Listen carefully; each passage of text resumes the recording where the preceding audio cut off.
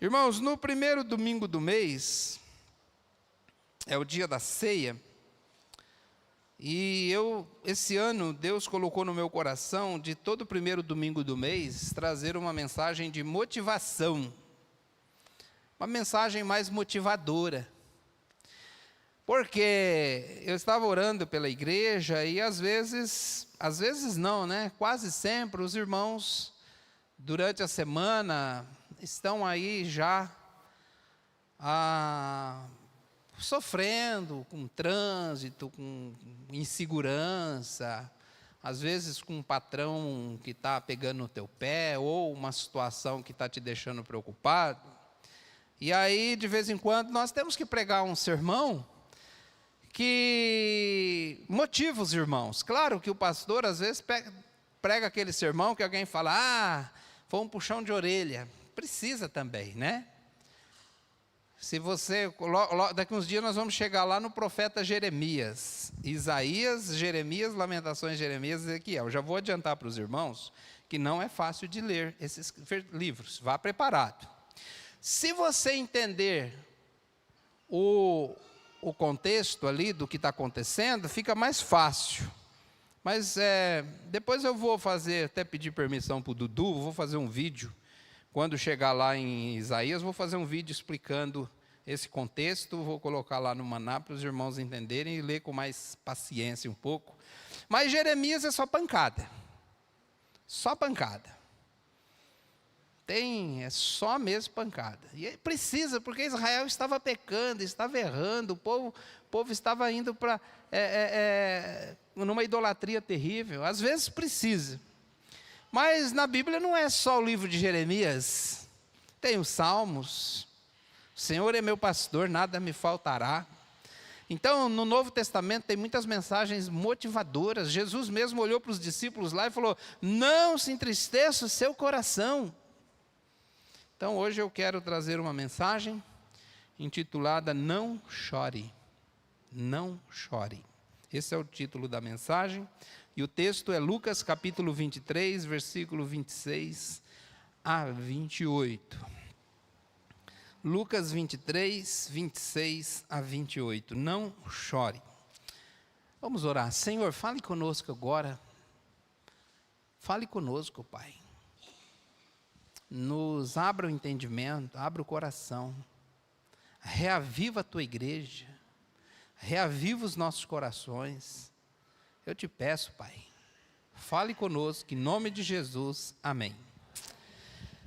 Palavras do Evangelho diz assim, enquanto o levavam, agarraram Simão de Cirene, que estava chegando do campo, e lhe colocaram a cruz às costas, fazendo carregá-la atrás de Jesus. Um grande número de pessoas o seguia, inclusive mulheres que lamentavam e choravam por ele. Jesus voltou-se e disse-lhes, filhas de Jerusalém, não chorem por mim, chorem por vocês mesmas e por seus filhos. Uau! Que palavra, né? Jesus carregando a cruz, todo machucado, indo para a crucificação, e as mulheres chorando atrás dele. Ele parou, olhou para elas e falou, filhas de Jerusalém, não chorem por mim, chorem por vocês mesmas e pelos seus filhos. Irmãos, por definição, lágrima é uma gota de líquido salgado, secretado por duas glândulas situadas sobre as pálpebras, acima dos glóbulos oculares, a qual umedece a conjuntiva. Embora seca e sem graça, é uma definição correta. Mas por trás das lágrimas, há mais do que uma simples definição. Por trás das lágrimas existe dor, medo, raiva. Pois choramos de dor, choramos de medo, choramos de raiva, choramos de tristeza, de saudade. Às vezes, contraditoriamente, choramos de alegria.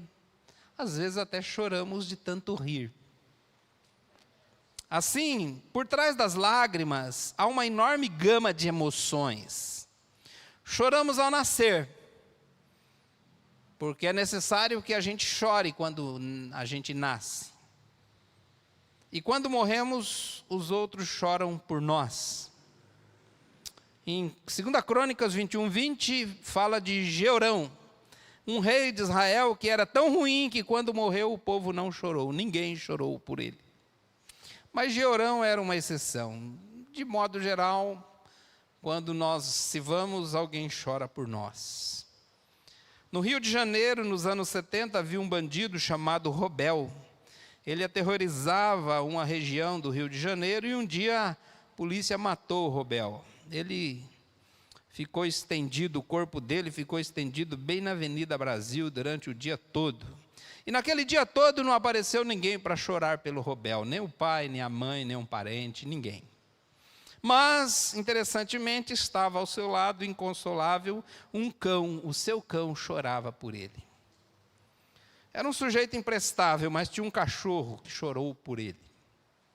Então, nós choramos quando nascemos, choramos a vida toda, e quando morremos, alguém chora por nós, a não ser que você não tenha nenhum cão que um dia chorará por você. No texto que nós lemos, fala explicitamente para não chorar. E esse é o assunto que eu quero falar essa noite, não chore. Em Lucas 23:28, Jesus voltou-se e disse: Filhas de Jerusalém, não chorem por mim, chorem por vocês mesmas e por seus filhos. Essa é a ideia da nossa mensagem, não chorar por quem? Pelo crucificado, por Jesus que está sendo crucificado. É óbvio que o drama da cruz desperta emoções. Eu creio que ao lermos, sempre quando eu leio o drama da crucificação, passo pelos livros e os evangelhos que falam da crucificação, eu me emociono e algumas vezes também já chorei. A não ser que uma pessoa seja tão insensível que não se comova com o drama da cruz e o sofrimento de Jesus. Será que alguém que conseguiu assistir o filme A Paixão de Cristo, dirigido por Mel Gibson, e não chorar? Quem assistiu o filme A Paixão de quase todos? Quem chorou? Quase todos. Acho que todos. Mas a palavra de Jesus é bem clara: filhas de Jerusalém, não chorem por mim. Por que Jesus disse não chorem por mim? Porque não era ele que estava mal. Não é por ele que devia chorar. Ele disse antes: chorem por vocês mesmas e chorem também pelos vossos filhos. Mas por que é que Jesus estava recusando uma manifestação de solidariedade e de carinho e de empatia daquelas mulheres que gostavam deles e vinham chorando atrás do seu cortejo em direção à cruz? Ele recusou porque o que estava acontecendo com ele não era um acidente. A cruz não foi um acidente. A cruz não foi o momento em que Deus perdeu o controle da situação e o filho acabou sendo crucificado. A crucificação não aconteceu porque Jesus tentou aplicar um golpe de Estado no Império Romano e, usando-se da sua popularidade, seus muitos seguidores, e Jesus, influenciando eles, tentou dar um golpe e se tornar o novo rei de Israel. Não. Pelo contrário, o que estava acontecendo com Jesus era algo que está descrito nas Escrituras. Salmo 22, por exemplo, foi escrito exatamente 1010 anos antes de Jesus. E narra detalhadamente a sua crucificação. Mas o que é interessante é que o judeu não conhecia o processo da crucificação. A crucificação foi inventada pelos cartaginenses e os romanos a copiaram. Portanto, o que estava acontecendo aqui é algo que sim, devia se cumprir. Então Jesus diz: não chorem, não chorem. Porque isso deveria acontecer, não era um fatalismo. Pelo contrário, era algo que Jesus conscientemente procurava. Em Lucas 12:50, Jesus diz: mas tenho que passar por um batismo, e como estou angustiado até que ele se realize. Em outras palavras, Jesus diz: eu estou esperando sim que isto aconteça. Quando Jesus foi preso, ele disse explicitamente: ninguém pode tomar a minha vida. Porque eu poderia simplesmente orar ao Pai e Ele mandar aqui uma legião de anjos para me proteger e me tirar daqui. Ninguém toma a minha vida, eu a dou voluntariamente. Jesus sabia o que estava fazendo. Lá no Getsêmani, quando Jesus orava, Ele disse: Pai, se possível passa de mim este cálice, mas faça-se a tua vontade. Jesus, quando veio da Galileia para Jerusalém, a Bíblia diz que ele veio em passos decididos para a crucificação. Jesus nunca escondeu que ele seria morto dos seus discípulos. Não foi um acidente. Jesus sabia o que estava acontecendo ali. Quando prenderam Jesus, Pedro arrancou a sua espada e Jesus disse: Pedro, guarda a espada. Se eu quisesse me livrar disto, eu oraria e pediria ao Pai. Mas eu não quero, eu quero entregar a minha vida. Então, irmãos, nós não devemos chorar, porque o plano de Deus estava acontecendo do jeito que deveria acontecer. Nós não devemos chorar por aquilo que Deus idealizou, e o Filho assumiu e resolveu carregar. A crucificação é o propósito do Pai sendo realizado no Filho, e todo o processo é conduzido então pelo Espírito Santo. Então Jesus diz: não chorem por mim, antes chorem por vocês mesmas e por seus filhos. Não chorem por mim, eu estou bem. Não chorem por mim, eu sei o que eu estou fazendo. Não chorem por mim, está tudo sob controle. Chorem por vocês, porque vocês estão mal. Não chorem por mim, porque eu sei o que eu faço, eu sei cada passo que dou, eu sei o que vai me acontecer, eu sei o que vai acontecer no futuro, e eu sei como vou superar isto. Antes chorem por vocês que vão ficar, chorem por vocês que sem mim estão perdidos, chorem pelas consequências que virão sobre vocês se não se arrependerem dos seus pecados. Chorem pelas consequências que virão sobre esta nação por aquilo que estão fazendo comigo. Em Lucas capítulo 13, versículo 34 e 35, Lucas 13, 34 e 35, Jesus exclamou: Jerusalém, Jerusalém, você que mata os profetas e apedreja os que são enviados, quantas vezes eu quis reunir os seus filhos, como a galinha reúne os seus pintinhos debaixo das suas asas, mas vocês não quiseram. Eis que a casa de vocês ficará deserta, eu lhes digo que vocês não me verão mais, até que digam: bendito o que vem em nome do Senhor. Em Lucas capítulo 19, versículo 41, Lucas 19, 41, palavra ainda de Jesus, diz assim, quando se aproximou e viu a cidade, Jesus chorou. Jesus chorou sobre ela e disse: se você compreendesse neste dia, sim, você também, o que traz a paz, agora isto está oculto aos seus olhos. Virão dias em que os seus inimigos construirão trincheiras contra você, e a rodearão e a cercarão de todos os lados, também a lançarão por terra, você e os seus filhos não deixarão pedra sobre pedra, porque você não conheceu o tempo em que Deus a visitaria. Irmãos, quando Jesus vê a cidade de Jerusalém, ele chora por ela. Mas chegaria o tempo em que os moradores de Jerusalém chorariam por si mesmos. Portanto, aqui neste cenário que nós estamos visualizando essa noite, o coitadinho não é o Cristo, o coitado é quem rejeita Cristo. Ao assistir a paixão de Cristo, alguns exclamam: coitadinho de Jesus. Às vezes até nós, evangélicos, temos esta imagem de um coitado e choramos por ele.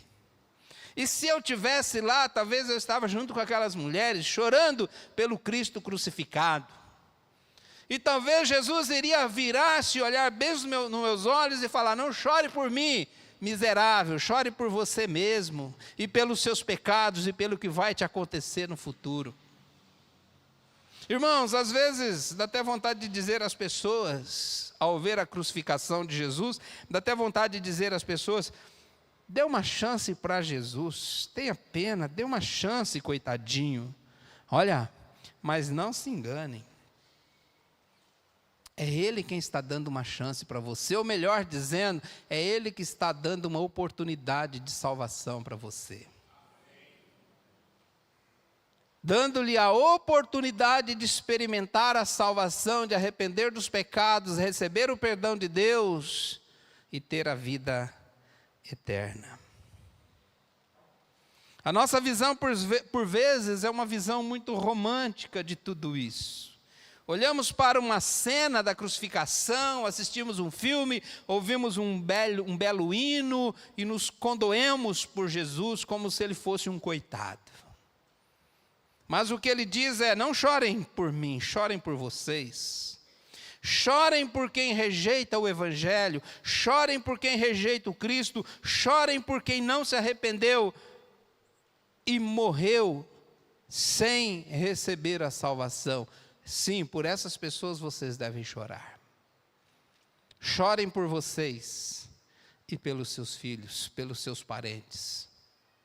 Chorem por aqueles que não conhecem a Jesus. Chorem por aqueles que não receberam a salvação. Em Lucas capítulo 21, Jesus descreve o cerco da cidade de Jerusalém. E ele sabia naquele momento que ele chorou por Jerusalém, que 36 anos depois Jerusalém seria sitiada.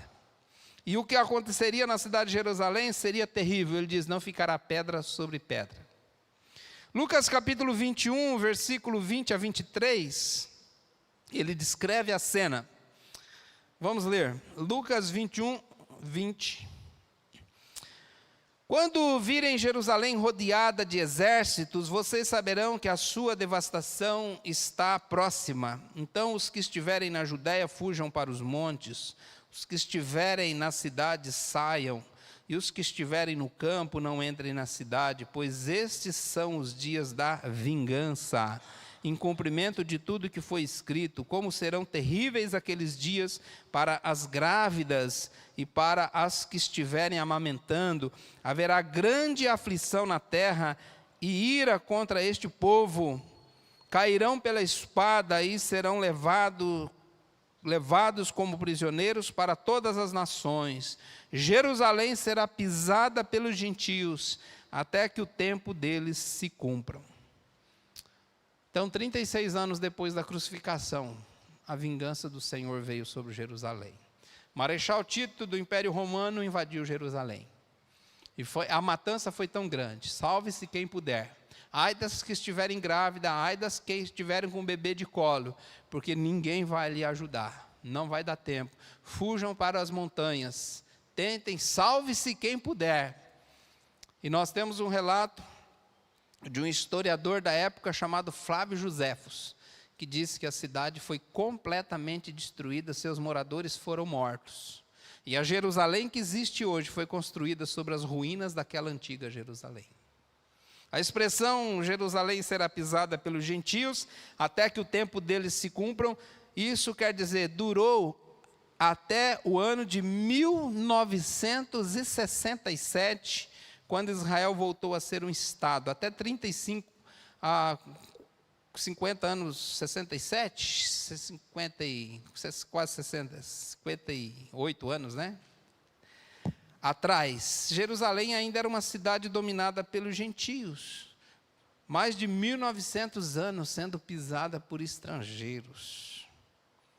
Então, irmãos, qual é a lição aqui? Não chorem pelo crucificado, porque ele não é um coitado. Nunca veja Cristo como um coitado. E quando alguém rejeita Jesus, E quando alguém não aceita Jesus, isso não diminui em nada o que ele é, e muito menos minimiza o valor que Jesus tem.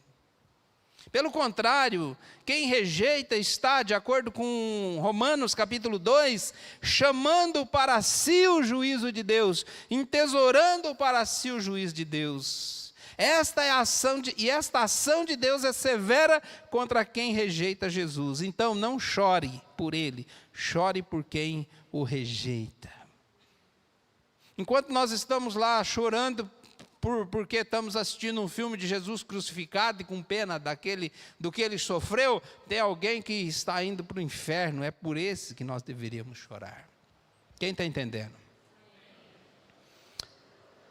Terceiro lugar, a impossibilidade de chorar. Jesus veio ao mundo, irmãos, para travar uma luta contra a morte. E ele saiu vitorioso, amém?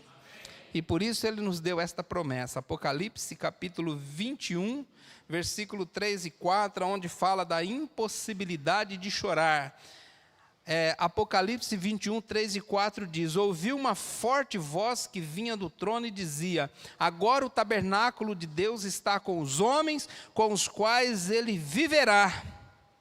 Eles serão os seus povos, e o próprio Deus estará com eles, e será o seu Deus. Ele enxugará dos seus olhos toda lágrima, não haverá mais morte, nem tristeza, nem choro, nem dor, porque a antiga ordem já passou. Irmãos, Jesus Cristo, ele venceu a morte, ele cumpriu com o plano da redenção, morreu na cruz, pagou a pena para os nossos pecados, foi sepultado, mas ressuscitou, como a Bíblia diz, em poder e grande glória, e hoje está entronizado à destra de Deus e um dia voltará.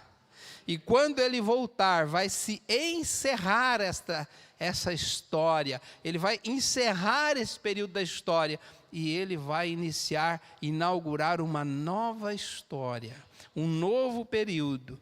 Jesus Cristo, que compartilhou conosco esta vitória. Diz em Apocalipse capítulo 5, versículo de 1 a 5. Eu gostaria que você prestasse bem atenção nesse texto, porque ele é muito motivador. Apocalipse capítulo 5, versículo de 1 a 5 diz assim, de 1 a 5. Então vi na mão direita daquele que está sentado no trono, um livro em forma de rolo, escrito de ambos os lados e selado com 7 selos. Vi um anjo poderoso, proclamando em alta voz: quem é digno de romper os selos e de abrir este livro? Mas não havia ninguém, nem no céu, nem na terra, nem debaixo da terra, que podia abrir o livro, ou sequer olhar para ele.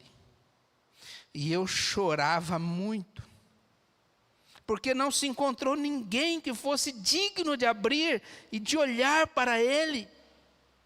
Então um dos anciãos me disse: não chore, não chore, eis que o leão da tribo de Judá, a raiz de Davi, venceu para abrir o livro. Amém, irmãos?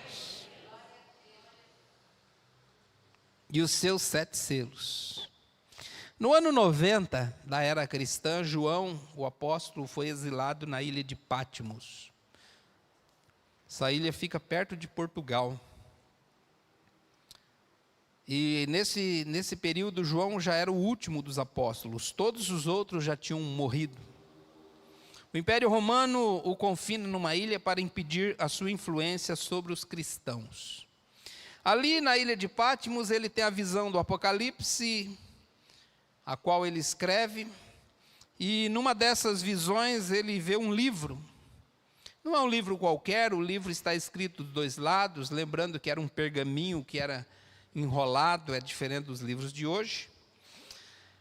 E o livro era um rolo, estava escrito de ambos os lados, ou seja, tinha muito assunto, e o livro também estava selado com 7 selos. Naquela época, quando um livro oficial era enviado a alguém, a autoridade punha ali um selo, para que ninguém o abrisse. E só quem tivesse autoridade poderia abrir aquele livro que estava selado. E esse aqui tinha 7 selos, e ninguém podia abrir. E o anjo então pergunta: quem é digno de abrir? Não há resposta, há silêncio. E João começa a chorar desesperadamente, porque ninguém podia abrir o livro. Talvez você está perguntando, como eu perguntei também, que livro é esse? Do que trata esse livro? Qual é o assunto desse livro? E o livro é a história da humanidade. Fala dos desígnios de Deus com a humanidade. E ao ver que ninguém podia abrir o livro, o apóstolo chora. E por que ele chora? Porque se o livro não for aberto, a história não se cumpre. A história se perde.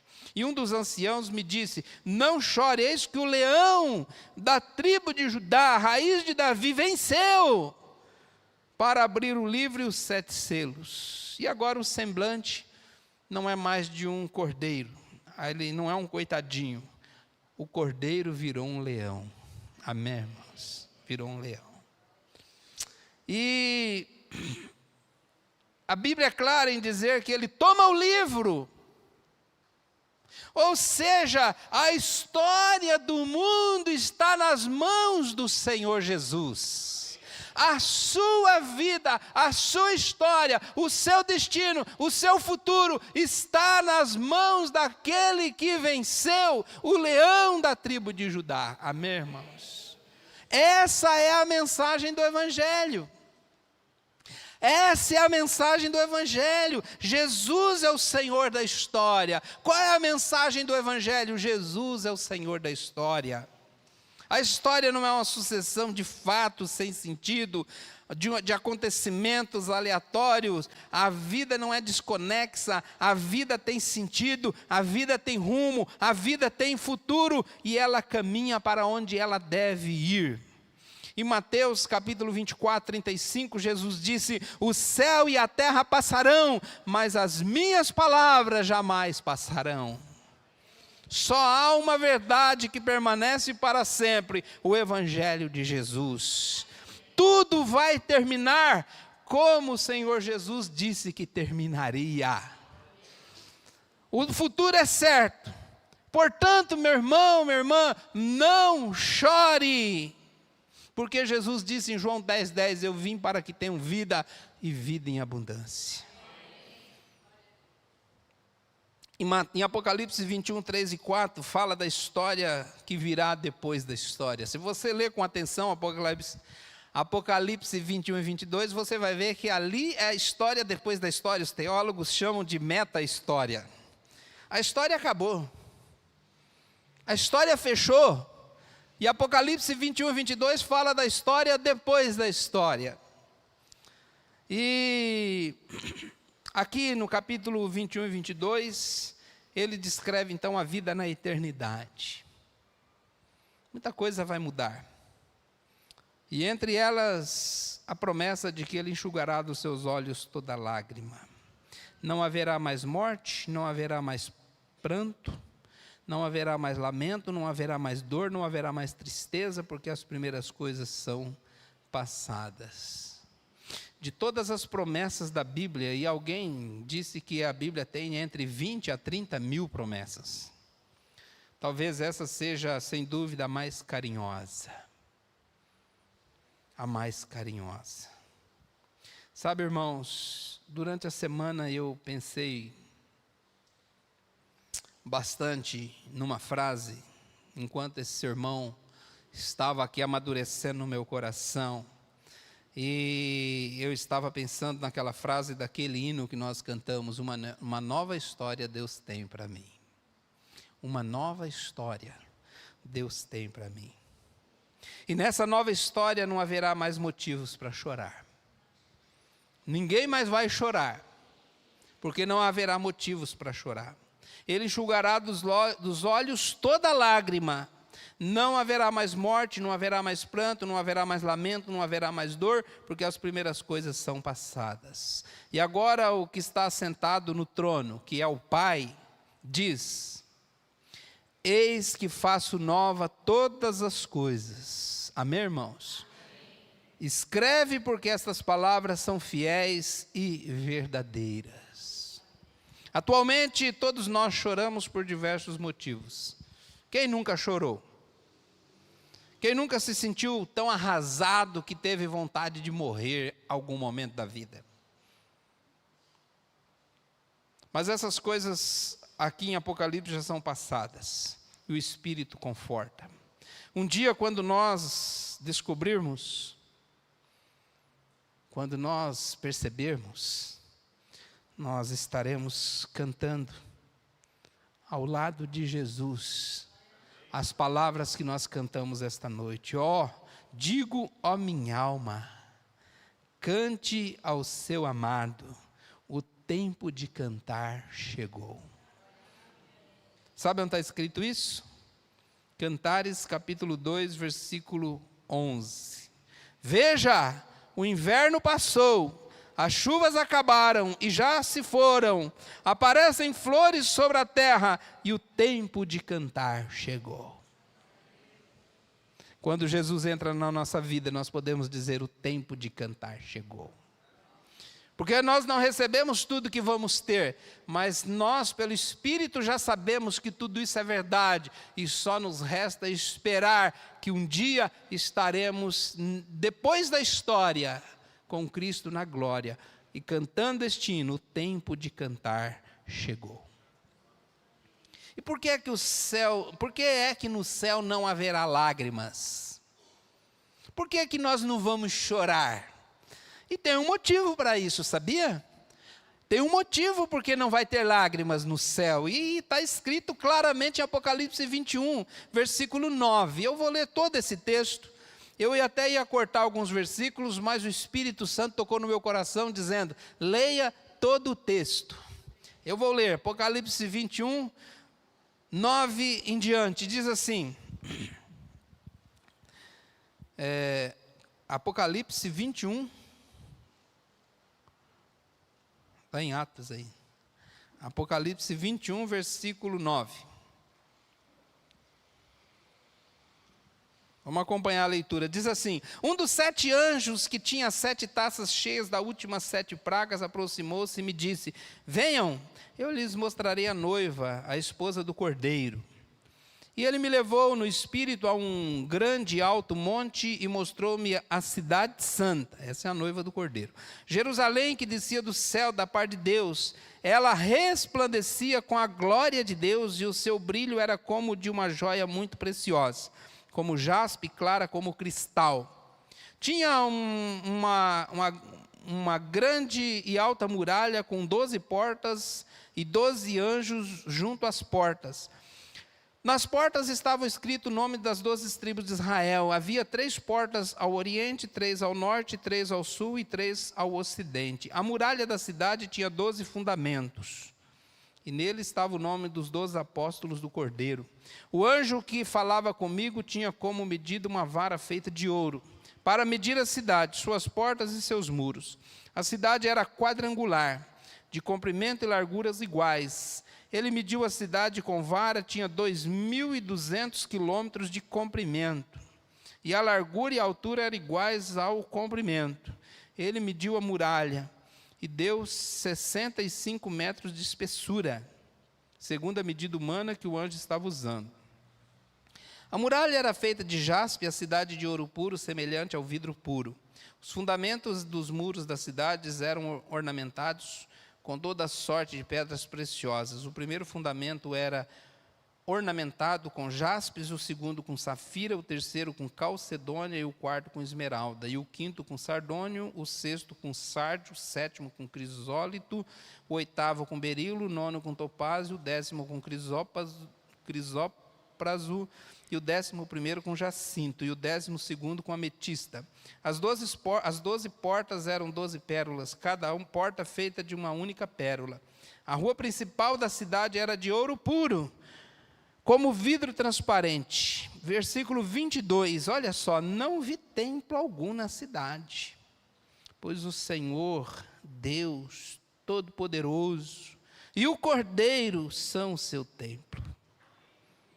A cidade não precisa de sol, nem de lua para brilharem sobre ela, pois a glória de Deus a ilumina, e o Cordeiro é a sua candeia. as nações andarão à sua luz, e os reis da terra lhe trarão a sua glória. Suas portas jamais se fecharão de dia, porque ali não haverá noite. A glória e a honra das nações lhe serão trazidas, nela jamais entrará algo impuro, nem ninguém que pratique o que é vergonhoso ou enganoso, mas unicamente aquele cujo nome estão escritos no livro da vida do Cordeiro. Interessante, em todas as cidades que eu já viajei, toda cidade que eu fui, tem templos. Brasília, quando foi escrita, Oscar Niemeyer não queria templo. Mas aí o pessoal entrou na justiça e ele deu um terreno bem grande para construir uma catedral católica e deu um terreno de 36 mil metros para construir uma igreja batista, que depois foi dividido com uma igreja presbiteriana. Mas não podia ter mais templo, mas tinha esses 3. Toda cidade que eu vou, as cidades do interior, principalmente as cidades mais do interior de Minas, Paraná, aí, lá no centro da cidade tem um templo. Agora, quando nós vamos aqui para as cidades, os bairros de Campinas, em cada rua tem templos. Mas nessa cidade não tinha templos. Por que não? Porque Deus fez uma cidade sem templo. Porque templo é, por definição, o lugar do encontro com Deus. E lá na cidade santa, na Nova Jerusalém, não vai precisar de templo, porque Deus estará em todos os lugares.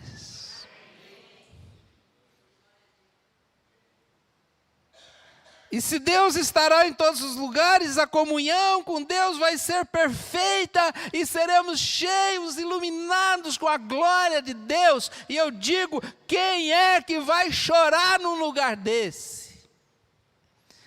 Se você tiver certeza de que Cristo é o seu Salvador, se você tiver certeza de que Jesus é o seu Salvador, as suas lágrimas serão enxutas.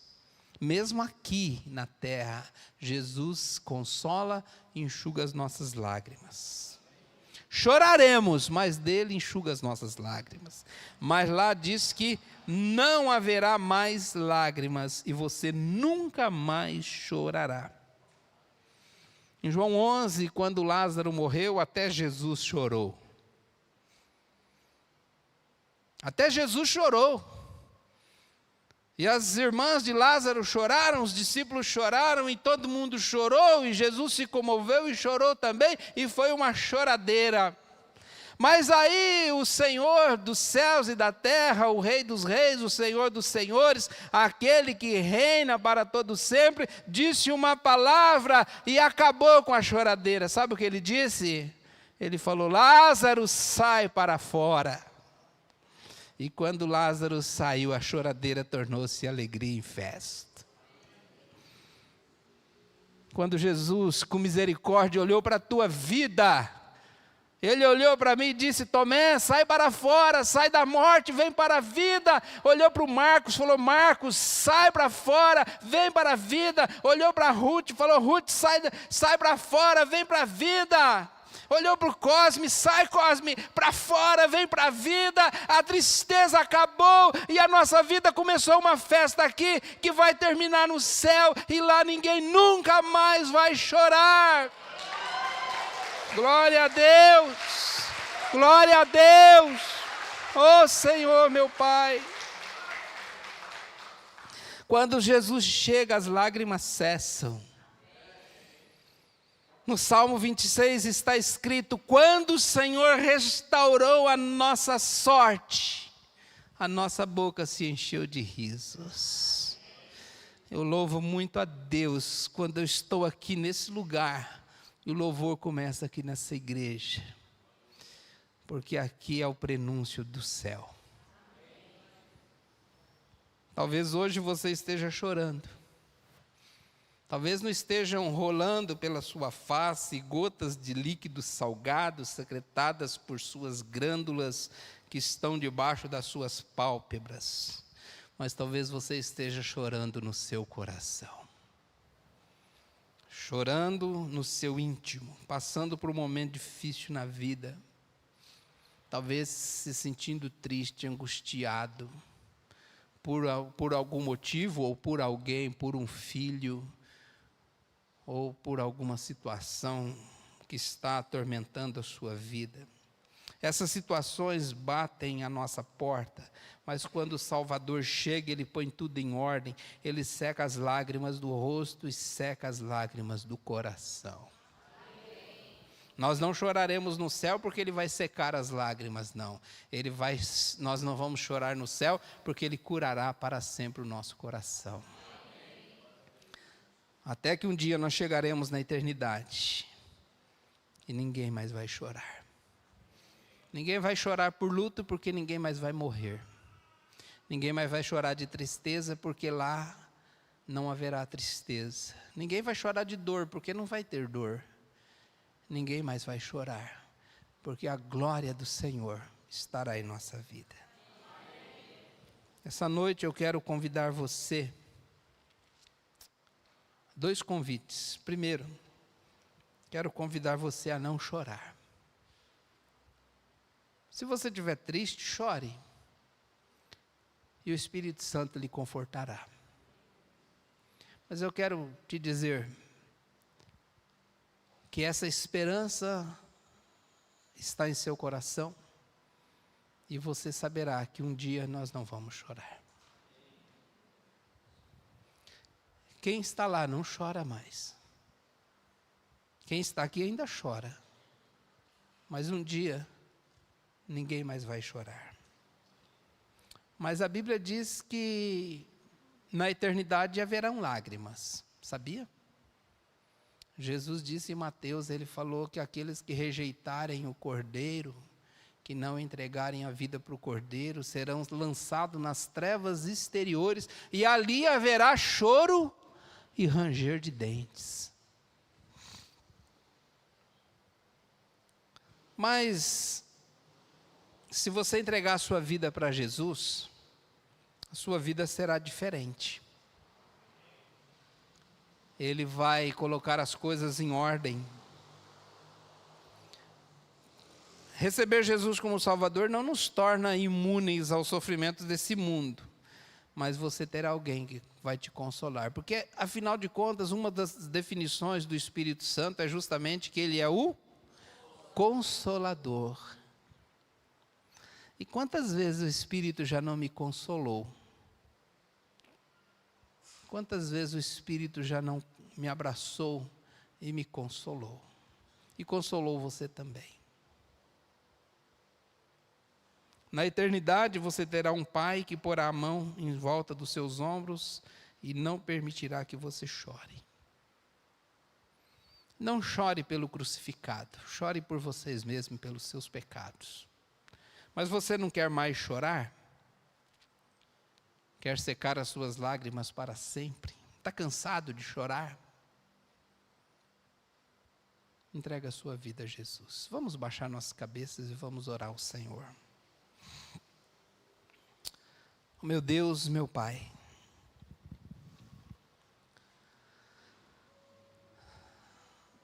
é tão maravilhoso poder ouvir as palavras da esperança, da vida eterna. Aqui nós nascemos, nós choramos quando nascemos e quando morremos alguém chora por nós. Mas haverá um tempo, Pai, em que aqueles que receberam Jesus como Salvador, o Cordeiro que foi morto e que agora é um leão, aquele que venceu e que tem a autoridade para abrir o livro da história da humanidade, e a nossa vida está nas mãos dele, o futuro nosso, a história está nas mãos dele. Ele tem autoridade para encerrar essa história e abrir uma nova história, porque uma nova história ele tem para mim. Ó Pai, eu te agradeço, meu Deus, e que esta palavra encha o nosso coração. Enche o nosso coração, Pai. Mas eu oro também se há alguém aqui que ainda não entregou a vida a Jesus. Ó Pai, que hoje possa entender que precisa, meu Deus, confiar naquele que pode dar a vida e vida eterna, vida abundante, uma vida de consolo e de paz, e uma vida que não terá fim, mas uma vida plena, que não haverá mais lágrimas. Na Nova Jerusalém, a cidade santa, a cidade de Deus. E saber que este mundo não é o fim da nossa história. Porque o Deus que nós servimos e o Deus que nós cremos é um Deus eterno. Oh, meu Pai, abre o nosso entendimento, os nossos corações. Antes de terminar essa oração, eu queria aproveitar essa oportunidade e perguntar se alguém aqui essa noite gostaria que eu terminasse esta oração orando por você, para que você entregue a sua vida para Jesus. Queria que você apenas fizesse um gesto com uma das suas mãos, levantando, dizendo: pastor, eu quero entregar a vida a Jesus. E eu vou terminar orando por você. Temos alguém? Gostaria hoje de entregar a sua vida a Jesus? Levante uma de suas mãos e eu orarei por você. Tem alguém? Levante sua mão, vou orar.